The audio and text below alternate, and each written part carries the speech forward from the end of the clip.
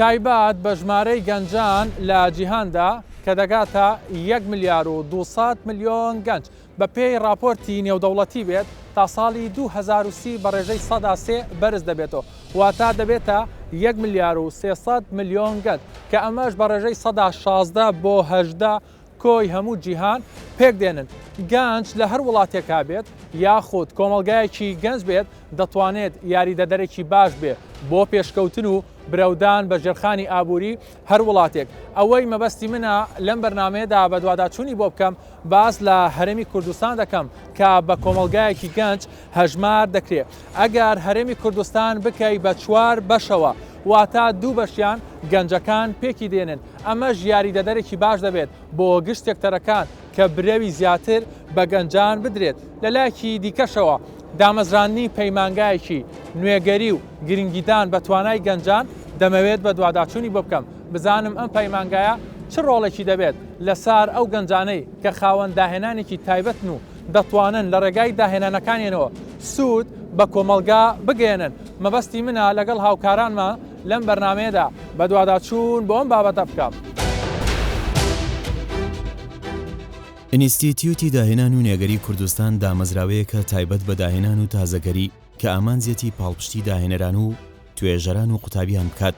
ئینستیتیوتەکەمان لەسەر دەستپێشخەری ڕێزدار مەسرور بارزانی دامەزراوە بۆ ئەوەی کوردستان بەرەو ئابووریەکی پایەدار پێش بکەوێت. زۆر خوشحاڵم کە ئەمڕۆ لەگەڵتان بەشدارم لە بوونەیەکی گرنگدا کە ئەویش ڕاگەاندنی ئینستیتیوتی داهێنان و نوێگەری کوردستانە کە بە KII ناسراوە. وێڕای ئەوەی بەرهەم و دەستکەوتەکانی ئەم ئینستیتیوتە یەکێکە لە ئامانجەکانی حکوومەتی هەرێمی کوردستان بۆ خودی خۆشم شتێکی زۆر تایبەتە و هەمیشە هەبوونی ناوەندێکی وا ئاواتم بووە. هەمیشە یەکێک لە ئامانجە سەرەکیەکانم دۆزینەوەی ڕێگە و دەرفەت بووە لە بەردەم بەهرە و توانەکانی هاونیشتیمانیان بە تایبەتی گەنجەکانمان. لە هەموو دیدار و گفتوگۆکانماندا چ لەگەڵ گەنجانی کوردستان بێت یان هاوڵاتیانمان بە گشتی هەمیشە پشتیوانی خۆمان بۆ گەشەپێدانی بەهرە و توانەکانیان دووپات کردوتەوە. KII دەبێتە ناوەندێکی وا کە لە مێژە بە ئاواتم لە کوردستان بێتەکایەوە و کوردستان ببێتە نیشتیمانێک بۆ زانست و زانیاری. شوێنێک کە باشترین دەرفەت بۆ مرۆڤە زیرەک و هەڵکەوتوەکانمان بڕەخسێنێت لە ڕووی زەمینە ڕەخساندن و دابینکردنی کەرەستە و پاڵپشتی داراییەوە و هاوکاری بیرۆکەکانیان دەکات و پێشوازی لە هەر کەسێک دەکات کە ئامانجی ئەوە بێت داهێنان بکات یان کاتەکانی بۆ توێژینەوە و پەرەپێدانی تەکنۆلۆژیا تەرخان بکات. گەنج داینەمۆی پێشکەوتنی هەر وڵاتێکە. لەم هەرێمە سەقامگیرەی خۆشمان دەیان گەنجی خاوەن هزری نوێ لە داهێنان و نوێگەری بوونی هەیە هەنگاوی گەورەیان ناوە. چاوەڕێی بوونی ئینستیتیوتی داهێنان و نوێگەری کوردستانن بۆ ئەوەی پەرە و گەشە بە توانەکانیان بدات.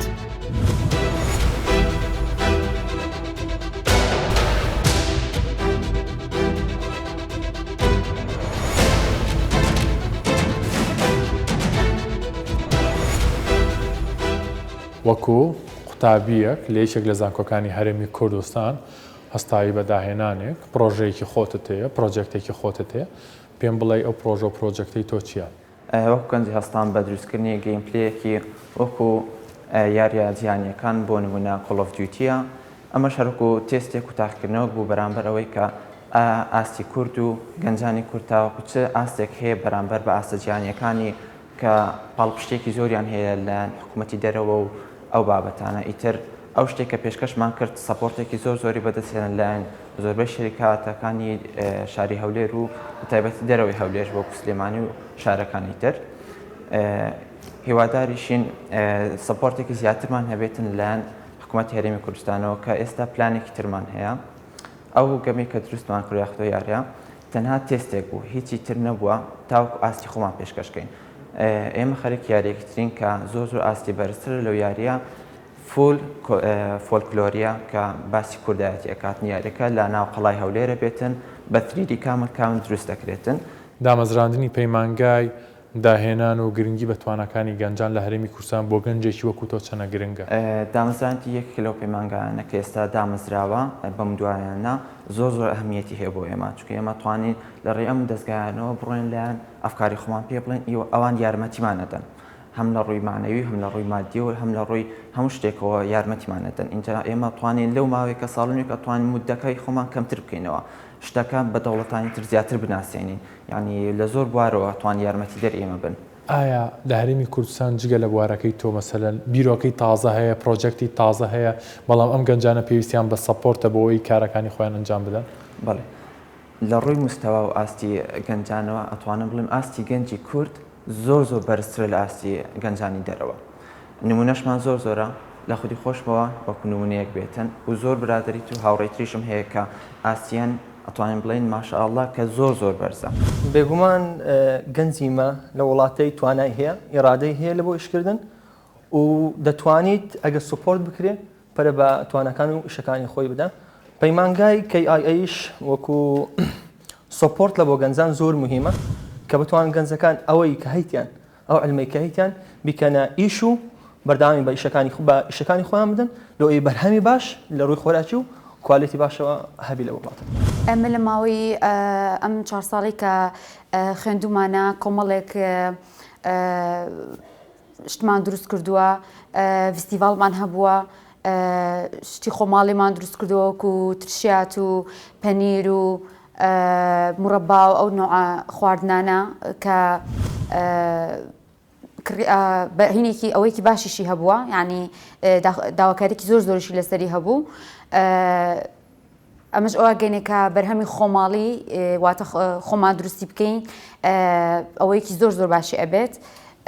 ئەگەر یعنی لایانی ئەوەش سپۆرتمان بکەنین، هاوکاریمان بکەن، پێم وابێ زیاتر بەرەو پێشەچین. وەک لای هەمووان ڕوونە ئاسایشی خۆراک یەکێکە لە بابەتە هەرە گرنگەکان بۆ هەر وڵاتێک. کابینەی نوێیەم زۆر گرنگی بەو کەرتە داوە، بەڵام ئەوەی ماوەتەوە بە پیشەسازیکردنی بەرهەمە خۆراکیەکانە. هەمیشە باسیێواکە لە هەرێمی کوردستان ئێمە دەتوانین داهێنان بکەین، ئێمە دەتوانین گرنگی بە خۆمان بدەین، بە تایبەتی لە توانە مرۆیەکانە بۆ گشت سێکتەرەکان. ئەگەر لە بەڕێستان پرسم وەکو کەسێکی ئەکادیمی وەکو مامۆستایەکی زانکۆ ئێمە زیاتر لە چیا پێویستمان بە داهێنان و پەرەپێدانی زیاترە؟ ئێمە وەکو کۆلێژی کشتتوکاڵ کۆلێژەکەمە لە چەند بەشێکی زۆر گرنگ پێک دێ، بەڵام ئەگەر بە شێوەیەکی عام بیکەم بە دوو بەشەوە دەکرێتە بەشی سامانی ئاژەڵی و بەشی نەباتێکی. هەرێک لەو بەشانەش چەند بەشێکی گرنگی لێ دەبێتەوە. بەشێکی هەرە گرنگی کۆلێژی کشتتوکاڵ پیشەسازی خۆراکە. ئێمە دەتوانین لە ڕێگەی ئەو بەشەوە ئەو بەرهەمانی کە هەمانە بە پیشەسازی بوونی بکەین کە ئەوە یەکێکە لە هەرە هۆکارەکانی پێشکەوتن یاخود بەرزبوونەوەی ئابووری هەر وڵاتێک و هەروەها لە ڕێگەی ئەوەشە ئەو قوتابیانی کە ئێمە هەموو ساڵێ تەخەڕوجیان پێەکەین بە شێوەیەکی زۆر زانستیانە ئێمە تەخەڕوجی پێ دەکەین. فدوای ئەوە تەڵەبە ینی ئەتوانێت بە خۆی داهێنانی خۆی بکات. زۆر باشە. ئێمە و توانایەمان هەیە ئەگەر پێداویستی تەواوەتیمان لەبەردەستا بێت کۆمەڵێک لەو بەرهەمە سپیانە بەرهەم بێنین؟ بەڵێ بێگومان توانایەمان هەیە لەبەرەوەی ئێمە وەکو کۆلێژ یاخود وەکو زانکۆ ئێمە بەتایبەتی بەشە پراکتیکیەکان ئەو کوریانی کە پراکتیکیان تایە کە ئێمە بە شێوەی پراکتیکی بۆ نمونە لە بەرهەمی سپیەکان ئێمە ڕاستە دادەنیشین بە تیۆری شیر و بەرهەمەکانی و پێداویستیەکانی و یاخود گرنگی شیرچیە، بەڵام لە هەمان کاتە بە شێوەی پراکتیکی ئێمە تەڵەبە یاخود قوتابی یعنی وا فێرەکەین کە بتوانێت چۆن ماس دروست دەکرێ، کە جۆرەها پەنیر دەتوانێت چۆن دروست کرێ، هەروەها هەندێک شیرمان هەیە کە دەتوانێت وەکو بەستەرەکراو یاخود UHTML-کی پێ دەوترێت دەتوانین ئێمە ئەوانە ئینتاز بکەین. بەڵێ لە ڕێگەی بەشە پراکتیکێکەوە پەرێکی زۆر باش بەپێی توانامان دەدەین بە قوتابیەکانمە. ماوەی کەمتر لە مانگێکە پەیمانگای داهێنان و نوێگەری کە لایەن حکومەتی هەرێمی کوردستانەوە دامەزراوە گرنگی بەتوانە بە خاوەن بیرۆکەکان دەدا بوونی پەیمانگایەکی لەو شێوەیە کە سەپۆرتەکە و ئەمە دروشمەکەیەتی تا چەند بۆ هەرێمی کوردستان گرنگە. جێ دڵخۆشکەریە کە چەند هەفتێک پێشستا وەکو هەموو ئاگادارین پەیمانگای KIA دامەزرا کە مهمترین شتی ئەوەیە ینی ئەوەی ئێمە لە حەزەمان کرد پەرە بە گەنجان و بە قوتابیان و بە توێژەران و بە داهێنەران ئەیە. ئەوە بۆ خۆی شتێکی زۆر گرنگە. هیوادارم هەر کەسێک ڕۆحی داهێنان و ینی ئەو پێشکەوتنی هەیە چۆنڵێ ڕجستەری ئەو پەیمانگایە بێ ئەکیت سەپۆرتێکی باشیەکەن و ئینشەڵا لە داهاتووشە لەوانەیە نەتیجەکەی ببینین هانی گەنجەکان و قوتابیەکانی خۆمان ئەین کە هەر داهێنانێکیان هەبێت نەوەستن لە هەر خاڵێکا بێت نەوەستن ئەوەی هەیەە بەرەو پێشی بەرن و هانا بۆ پەیمانگای لەو زۆرە بنکەوە بەڕاستی جێ دڵخۆشکەریە کە شتێکی وا لە کوردستانە بۆ یەکەم جارە دروست ببێت. هێزی کار لە کەرتی حکومی و تایبەت تەمەن 16 بۆ 65 کەرتی حکومی لە 145 کەرتی تایبەت لە 155 کابینەی نوێم 125,000 هەلی کار هەرێمی کوردستان. دەیان بیرۆکەی شاراوە لە وڵاتە بوونی هەیە کە دەکرێت لە ڕێی سوود وەرگرتن و گرنگی پێدانەوە لە داهاتوو بکرێتە چرایەکی ڕۆشن بۆ ئەم وڵاتە بەڵام بەهۆی نەبوونی شوێنی گونجاوەوە زۆربەی ئەم بیرۆکانە لە ماڵەکاندان بەشێکی زۆر لەلایەن خێزانەکانیەوە پاڵپشتی دەکرێن.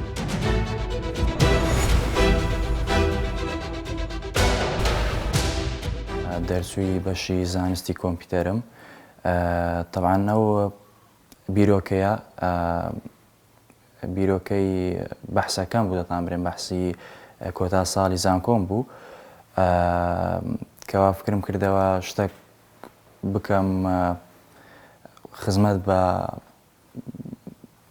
هاتوچۆیان بە شارەکەم یان بە وڵاتەکەم بکەم ئەویژەوە بووکەوە ئەو بیرۆکەیم لۆ هات کەوا ترافیک لایتەکانمان بگۆڕین بەنەوعکەوە پێی دەگوترێت داینەمیک ترافیک لایت ئەو نەوعانەی کە ئێستا لە وڵاتی خۆمان بەکاری دێنین ئەوەیە کە ستاتیک ترافیک لایتە ستاتیکیش هەموو کات ڕێک لایەک لە چاڕێیانەکان سایدێک کەسکە و سێ سایدەکەیت کە سۆرە لەو داینەمیک ترافیک لایتە هەموو کات هەر چار سایدەکەت سۆرە ئەگەر سیارەی لێ نەبوو ئەگەر سیارەشی لێبوو یەکەم جارچێهانی وەرگرت ئەو حەساسانەم کە لۆدانایە یەکەم جارچێهانی وەرگرت ئەو سایدت لۆ دەکاتە کەسک و وەکو میلی کاتژمێر دەسوڕێ یعنی قەزدم چیە لەوەی زۆر جارە من شەوان دوو هۆکاری سەرەکی هەبوو یەکەمیان سەلامەتی دووەمیشیان کەمترین وەخت لە ترافیکەکان ڕاوەستین ئەو فکری ئێستا من کە لەسەر ئەو پرۆتۆتایپی کە لەسەوە بە گچکەی دروستم کردیا طبعاً فەرق دەکات گەر بمەوێت لەسەر ئەرزی واقعیان لەسەر جادەکانی خۆمان دروستی کەین طبعاً ئەو شتە و پەیمانگەیەکە کرایتەوە بەڕاستی شتێکی چاکە لەبەرەوەی نەوەک ئەمن سەدان و هەزارانی وەچی من هەیە پرۆژێکتی خۆیان هەیە بیرۆکەی جوانیان هەیە کە دەتانن پیشانماندەن و وڵاتەکەمان سوودی لێوەرگری گەنجی زۆر بەتوانامان هەیە نەوەک تەنها لە بەشی لۆ نمونە کەمە باز دەکەین ئیلا خەریجی کولیەیبی یان خەریج مەعهەدبی ینی حتا ئەگەر خەریجیش نەبی بیرۆکەی جوانیان هەیە دەتانن پێشکەشکەن و خزمەت بکەن.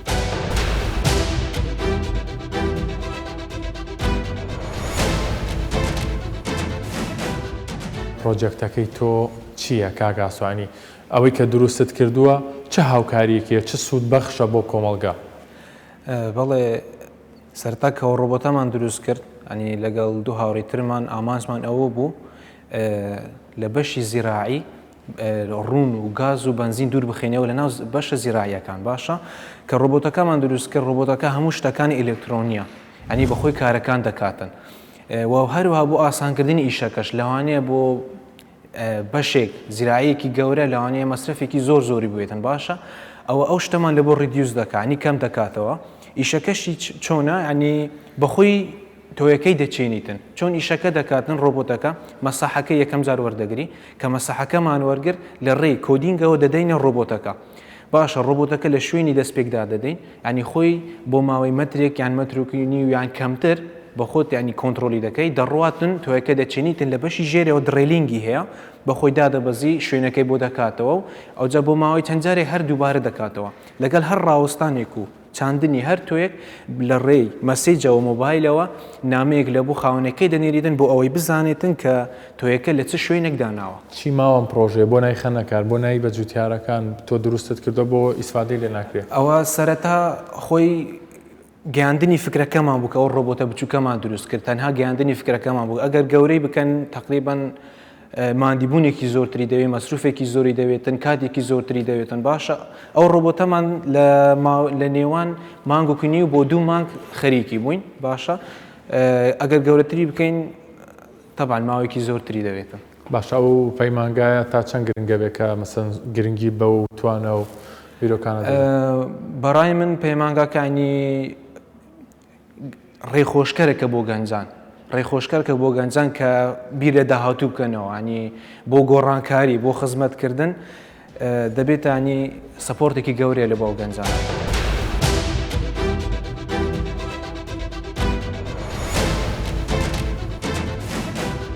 من وەکو جوتیارێکی نمونەی هەولێرێ کە داهێنانم کردووە لەسەر چەند بەروبوومەکی کوردستان لەو بەروبوومانە شفتیە گندۆرە و تەرۆزیش ئێمە وەکو جوتیار چەند جوتیارێکی نمونەینە کە بەدەست دەژمێردرێت لەم کوردستانە ئێمە دەمانەوێ وڵاتەکەمان کوردستانەکەمان بە پێشکەویتن لە ڕووی کشتتوکاڵیەوە بەس کە ئێمە پێویستیمان بە پاڵپشتی حکومەتە بۆی بە تەنیا بە ئێمە ناکرێ بە تەنیا بە حکومەتیش ناکرێ بۆی ئێمە بتوانین کە ئەم کەرتی کشتتوکاڵمان سەرخەین ئەم پەیمانگایە پێمان زۆر باشە هیوادارین زوو دەست بەکار بن بۆی کەم جوتیارانە کە جوتیاری زیرەک و لەیاتومان هەیە کە دەست پێشخەری بکەن و زوو بەروبوومەکانی خۆمان بکەین. ئینستیتیوتی داهێنان و نوێگەری کوردستان بۆردی کۆبەڕێوەبەران هاوبەڕێوەبەری جێبەجێکار دامەزراوەی KII تیمی بەڕێوەبەری فەرمانبەران ڕاوێژکاران هاوبەشەکان حکوومەت ناوەندە ئەکادیمیەکان وەبەرهێنەران سەنتەرەکانی داهێنان کۆمپانیاکان ئەوەی ماوەتەوە چۆن گەنجان ببەسترێنەوە بە بازاڕی کار و بەستنەوەیان بە دنیای دەرەوە گرنگیدان بە داهێنانەکانیان و لەسەر و ئەوانەشەوە سەدان گەنجی ئەزموندار هەن کە لە وڵاتانی تاراوگا ژیان بەسەر دەبن ئەگەر دەرفەتی ئەوەیان پێ بدرێت دەگەڕێنەوە باوەشی نیشتیمان خزمەت دەکەن. بە شێوەیەکی گشتی زانکۆکانی هەرێمی کوردستان وەربگرین ئایا هەستەکەنی وەکو مامۆستای ئێستا منهاج خوێندن بابەتەکان ئاراستەکان گۆڕاوە ینی گۆڕانکاری و تعدیلاتی بەستە داهاتووە بۆ ئەو منهەجانی کە دەخوێنرێت بۆ ئەوەی چۆنڵی ئەو گەنجەی کە تەخەڕوز دەکات دەردەچێت لە زانکۆیەک یا لە پەیمانگایەک بتوانێت بە ئاسانی لە بازاری کاردا خۆی ببینێتەوە کارێکی بەدەستکەوێت. بەڵێ خۆی گەر ئێمە باسێکی لە تەکنۆلۆژیادا بکەین تەکنۆلۆژیا بە سانیە پێش دەکەوێت بۆ منەگەر ڕۆژێک لە تەکنۆلۆژیادا بڕێت ڕەنگە کاتێکی زۆر بێت بۆ ئەوەی کە کەسێکە لە فیڵدی تەکنۆلۆژیایە جا ئێمە چۆن پاڵپشتیان دەکەیت ڕۆژانە بەو یاخودبرین هەفتانە مانگانە ئەو ڕوکشەپانی کە دەیکەین زیاتر ئەو لەسەر ئەو بابەتانەیە کە وایستا چی دەگوزارێت لە جیهاندا ماشە قوتابیش دەتوانێت خۆی بدۆزێتەوە لەم بابەتانێکەوە باز دەکرێت گەر ویستی لەسەر بێت دەتوانین هەڵی بژێرێت و ئێمەش بە هەموو ئەو توانایی کە هەمانە دەتوانین پاڵپشتیان بکەین. ئاست و توانایە قوتابی و گەنجانی ناو خۆمان چۆنە؟ گەر ئێمە بەراوردی بکەین بە دەرەوەی وڵات حتمما لای خۆشمان لۆکاڵی گەر سێرێکی زۆر بچووکتری بکەینەوە کەشوهاوەکە سەیری زانکۆی خۆمان بکەیت یاخود زانکۆیش تریش بێت مهم لە کوردستانە بێت تەڵەبەی زۆر بەتوانامان هەیە بەڵام ڕاستەکەی پێویستیان بە پشتگیریەکی تەواوە جا هەم لە ڕووی مامۆستاوە دوای ئەوەی کە تەخەروزیش دەکەن بەڕاستی گەر بڵێم پێویستیان بە پشتگیری حکوومەتەوە هەیە چکە زۆر مەسەلەن تەڵەبەی باشمان هەیە پرۆژێکی جوانی هەیە بۆی خزمەتی کۆمەلگا بکات بەڵام گەر بێت و ئەو کاتێک کە تەخەروز دەکات پشتگیریەکی مەسەلەن لایەنی پەیوەندی دارەوە نەکرێتن ئەو کاتی ڕەنگە خۆشی لەسەر پرۆژێکتەکەی سارد بێتەوە ناتوانێت خۆی بەرەو پێشەوە بات واتە لە هەم کاتی زانکۆ لە کامپوسی پێویست بە پشتگیری هەیە ئەم کاتش کە تەخەروز دەکات. دامەزراندنی پەیمانگایەک و کامە خودی حکومت زۆر سوورە لە سەری و سەرۆکی حکومت جێبەجێ دەکات وەکو مامۆستایەک چۆنی هەڵەسەنگێنی پێت باشە؟ حتمما باشێکی تایبەتی خۆی هەیە ئەوە مەسەلەن دوای ئەوەی کە قوتابیەکان لێرە تەخەروزیش دەکەن دەتوان بچنە ئەو شوێنانی کە جەنابەت باست کرد بۆ ئەوی زیاتر خۆیان بەرەو پێشەوە بمن چونکە شەر نییە ئەو قوتابیانی کە لێرە مەسەلەن تەخەروز دەکەن هەموو شتێک بزانن مەسەلەن قوتابی هەیە لەسەر نێتوەرک بۆ وەکو نمونە یاخود لەسەر پرۆگرام سازی دەیەوێت خۆی بەرەو پێشەوە بات ئێکە تەخەروز دەکات دەچێتە شوێنێکی ئاوالە حتمما دەتوانێت زانیاری زیاتر بەدەست بێنێت خۆی بەرەو پێشەوە بات ڕەنگە پرۆجێکتیشی هەبێت ئەو پرۆجێکتانە لەوەی زیاتر خۆی بەرەو پێشەوە بات شتێکی گلۆبالی تەرخان بکات بۆیە. لە ڕێگەی ئینستیتیوتی داهێنان و نوێگەری کوردستانەوە سەرۆکی حکوومەت مەسرور بارزانی خواستی دابینکردنی زمینەی داهێنان و بەهێزکردنی ژێرخانی مرۆیی کوردستانی هەیە. هەوڵەکان لە مانگی حوزەیرانی ساڵی 2021 دەستیان پێکرد. ئەو کاتەی دامەزرێنەرانی ئینستیتیوتی داهێنان و نوێگەری کوردستان مۆدێلێکی تازەگەریان داڕژت کە بە ئاراستەی بەرهەمی نوێ کار دەکات و هەوڵ بۆ ئابوووریەکی پایەدارتری ڕوو لە داهاتوو دەدات. ئێستا و پەیمانگای نوێگەری و داهێنان کە گرنگی بە بیرۆکە و داهێنانەکانەدا لە هەرێمی کوردستان دەستی بە کارەکانی خۆی کردووە؟ بەڵێ ئەو پەیمانگایە هەر لە یەکەم ڕۆژی ڕاگەیاندنی دەستی بە کارەکانی کردووە و ئێمە بیرۆکەی زۆرمان بۆ هاتووە و پێشکەشی ئێمە کراوە و بیرۆکەکان زۆربەیمان جوابدایتەوە و هەڵسەنگاندنمان بۆ کردووە، پۆلێنمان بۆ کردووە و پرۆسەی گەیاندنی بیرۆکەکان و پەرەپێدەن بە بیرۆکەکان بەردەوامە. دکتۆر کە باسی ئەم پەیمانگایە دەکرێت وەکو چۆنڵی لایەنێکی خوێندن تەماشا دەکرێت بۆ نمونە. ئەم پەیمانگایە کاری گەورە دەکات یاخود دەیەوێت چۆنڵی گرنگی بە ئاستی توانە و بیرکردنەوەکان بدا لە هەرێمی کوردستان؟ ئەم پەیمانگایە پەرەپێدانە گەشەپێدانە بە بیرۆکە. بۆ ئەوەی بیرۆکەش گەشە پێوترێتن پێویستی بەسەر لایەنێکتر هەیە. یەک لەوانە لایەنی ئەکادیمیە. واتە چۆن لە لایەنی زانستیەوە تەواو بکرێتن و پێش بێخسترێتن. و هەروەها بەستنەوەیتی لە دو قۆناغەکانیدا بە کەرتی تایبەتەوە و هەروەها بە بەرهێنەرانەوە. اینجا ئەو پەیمانگایە ئامانجی ئەوەیە کە پەرە بە بیرۆکە بداتن، گەشە بسێنێتن و هەروەها بیبەستێتەوە بەو لایەنە زانستیانێک کە پێویستە بۆ تەواوکردنی بیرۆکەکە. باشە.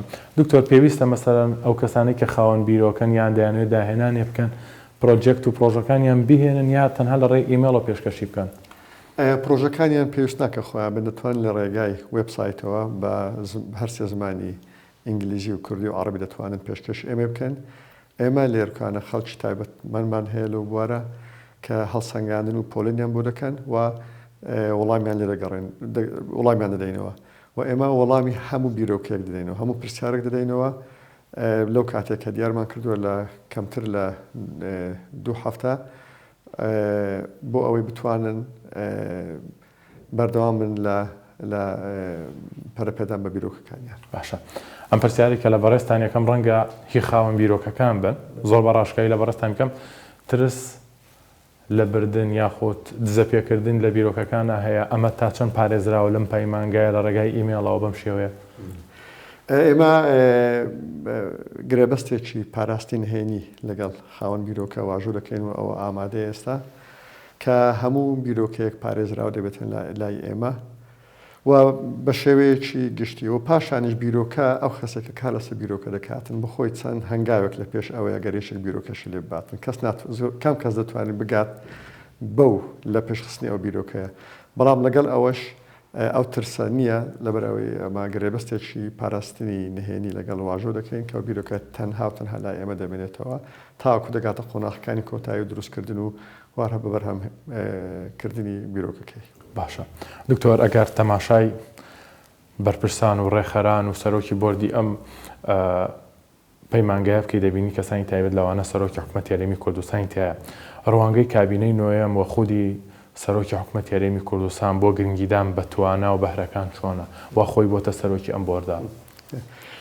خۆی بوونی ڕێزدار سەرۆک حکوومەت بە سەرۆک ئەم بۆردا ئەمە مانای دەگەێنێتن کە زۆر گرنجدانی جنابیانە بەو دەستگایە و لە چەندەها بۆنە دووبارە کردیتەوە کە گەنجان سەرمای ئەو وڵاتن دەبێ بە هەموو زۆرێک هاوکاریان بکرێتن بۆ ئەوی بتوانن بیرۆکەکانیان گەشە بسەنێتون بۆی بتوان لە سەر پێی خۆیان بوەستن بۆی بتوانن کە ببنە سەرمایە بۆ ئەو وڵاتە.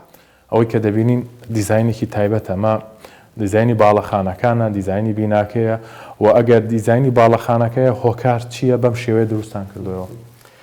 خۆی وەک پێشتر ئاماژەم پێکرد ئەوە ساینس پارکەوەتە پارکێکی زانستیە بۆ ئەوی بتوانین خاوەن بیرۆکە پەیمانگەکان حکوومەت کەرتی تایبەت لە شوێنێکە کۆ بکەینەوە هەتا وەکو نزیکەوە ئاگاداری پێویستەکانی یەکتر بن کە هەرسێ وەکو ستونی سەرەکی تاوکەری یەکترن بۆ خاوەن بیرۆکە تا بتوانین بیرۆکەکانیان گەشە بکاتن.